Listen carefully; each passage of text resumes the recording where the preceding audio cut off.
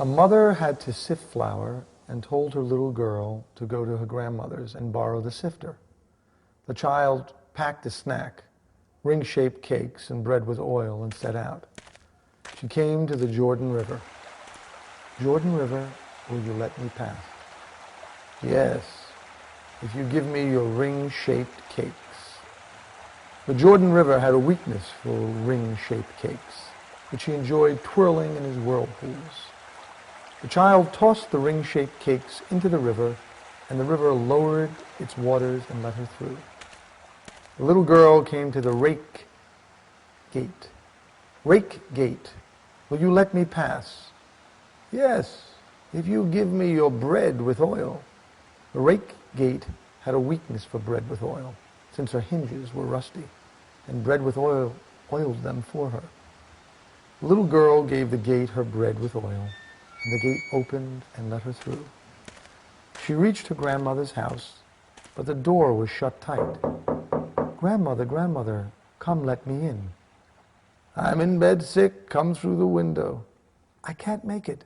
"Come through the cat door." "I can't squeeze through." "Well, wait a minute," she said, and lowered a rope, by which she pulled the little girl up through the window. The room was dark. In bed was the ogress, not the grandmother, for the ogress had gobbled up the grandmother all in one piece, from head to toe, all except her teeth, which she put on to stew in a small stew pan, and her ears, which she had put on to fry in a frying pan. "Grandmother, Mama wants the sifter." "It's late now. I'll give it to you tomorrow. Come to bed." "Grandmother, I'm hungry. I want my supper first." "Eat the beans boiling in the boiler." In the pot were the teeth.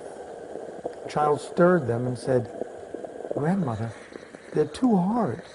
"Well, eat the fritters in the frying pan." In the frying pan were the ears. The child felt them with the fork and said, "Grandmother, they're not crisp." "Well, come to bed. You can eat tomorrow." The girl got into bed besides grandmother. She felt one of her hands and said, "Why are your hands so hairy, grandmother?" "From wearing too many rings on my fingers." She felt her chest.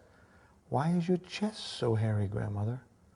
"From wearing too many necklaces around my neck." She felt her hips. "Why are your hips so hairy, grandmother?" "Because I wore my corset too tight."